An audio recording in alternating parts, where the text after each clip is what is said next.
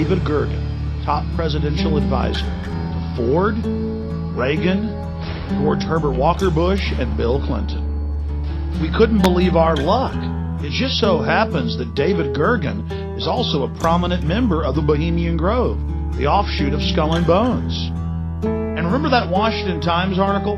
It talked about all the other organizations that he resigned from. It mentions the Trilateral Commission, the Council on Foreign Relations, all of them groups dedicated to setting up a world government and destroying American sovereignty. Here is the before-mentioned Washington Times article, where he said, "I didn't run around naked like they do."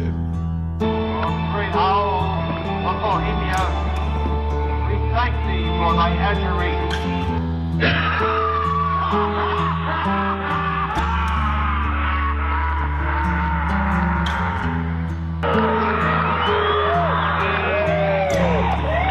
We have before us the opportunity to forge for ourselves and for future generations a new world order. It's a big idea, a new world order where diverse nations are drawn together in common cause. Proposal, it's Daddy's proposal. And people better understand that they mean exactly what they're saying. It's a new world order they're trying to create, and they're trying to do so not only without approval or consent of the governed in this country, but despite the popular will. Some people believe in globalism. Some people believe in the North American Union. I don't. It used to be more secretive. You know, the New World Order was talked about 30 or 40 years ago, and nobody would say it out and open. Now they talk about the New World Order, so it's not as secretive and it's not as conspiratorial as it was 50 or 60 years ago. People believe in internationalism, and I think they're very sincere. They just think the world would be better off if we had one world government. I don't. I mean, I don't even like the size of our federal government, let alone one world government. I want government to be local. Individuals who promote world government are very, very patient. And our side is very easy to forget or let our guard down. And what I'm trying to do is alert the American people that they ought to be alarmed about what's happening, and hopefully we can stop it.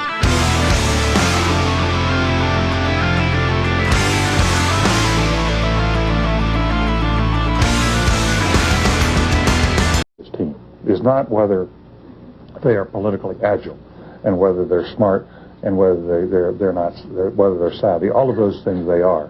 I think the big question is whether they have the capacity to construct a conceptual framework for American policy for the years ahead. We have lacked such a framework over the last few years since the Berlin Wall collapsed.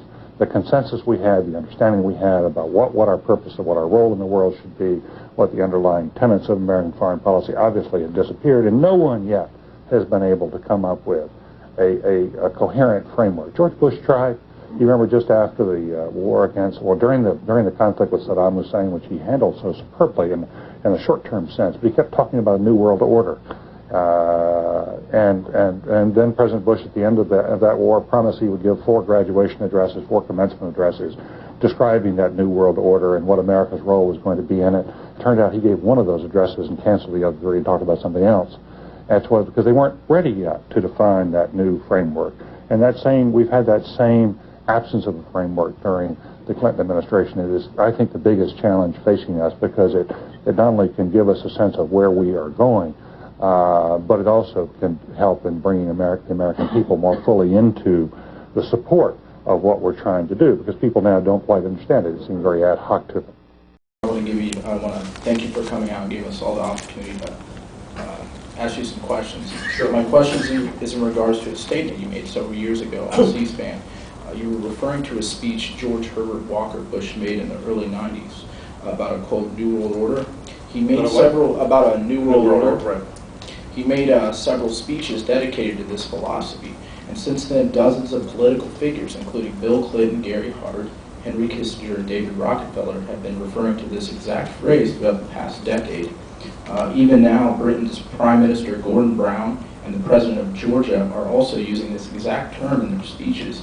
We've been given a very vague notion of this continuously stated concept, specifically referred to as the, quote, New World Order, that our leaders, both Republican and Democrat, have been talking about for the past 2 decades now. Can you elaborate more specifically on what that entails, and what do you and all these other political figures mean when you speak about a quote new world order? This is a little esoteric. The question was about the phrase New World Order and how it's been bandied about in various ways. The point I was trying to make, which I guess I didn't communicate very well, was that George H.W. Bush, sorry, in the lead up to the Persian Gulf War in 91, talked about, as we gathered our strength to go after Saddam Hussein in Kuwait and to chase him out of Kuwait, George H.W. Bush talked about a new world order, the creation of a new world order, where the Berlin Wall had fallen, and the United States had emerged as the superpower, the hyperpower, the sole superpower, and there was going to be this new order in the world and a new structure for international relations. And as I remember the story, his team scheduled him into, after the war, the Persian Gulf War, scheduled him into 4 commencement addresses on the New World Order. He was supposed to, in effect, through exposition, through a long set of arguments, almost Lincoln-esque, try to present a sense of where the world was going. And they gave one commencement address, the first one on the New World Order, and I think they may have given a second, and then they canceled the other next week. They decided not to give the other speeches because they didn't realize there was no New World Order that could be described as such, and that what was emerging was actually quite hard to describe.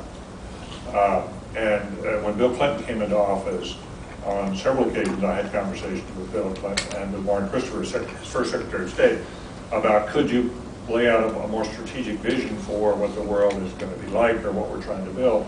And frankly, the Clinton people had very hard trouble, just as Bush had, trying to define what that was, because the dust hadn't settled on what the world's going to look like. And since then, we've been in an enormous, accelerated sense of transition.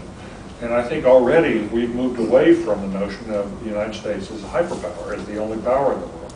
That people have much more complex understandings of that. Joe Nye, for example, is a former dean at the Kennedy School, and I think is one of the best minds in international affairs in the country, has written about the fact that in military affairs, we're the single biggest superpower. But in economic affairs, we have multi-powers now.